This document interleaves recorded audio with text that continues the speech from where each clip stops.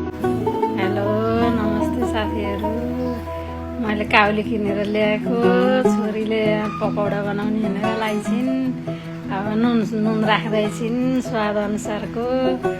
खुर्सानीको धुलो अनि बेसा राखिछन् मसला सबै स्वाद अनुसारको राख्दैछन्। मिक्स गरिछन् सबै। खाँदाखेरि अब मिठै होला देखिन्छ। पानी राखी घुम्दैछन्। अब पकौडा मिठो पर्ला जस्तो छ। आज साथीहरू आउनु है खान।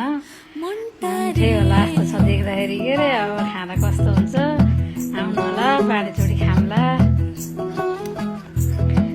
ल अब राम्रै देखिएछ गोलेको पेस्ट। अब बनाउन थालिन्। कराई बनाउन सुरु गरेँ। अब तेल राखिन्। राखेपछि अब फ्राई भयो। अब काउली फ्राई भयो। अब आउनुहोस् अब बन्यो। अब आउनु खानालाई रेडी भयो।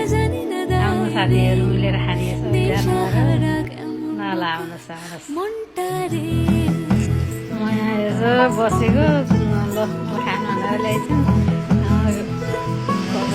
चाखौँ है कस्तो रहेछ। दामी रहेछ मिठो एकदम मिठो। ल आउनु होला खान मिठो छ।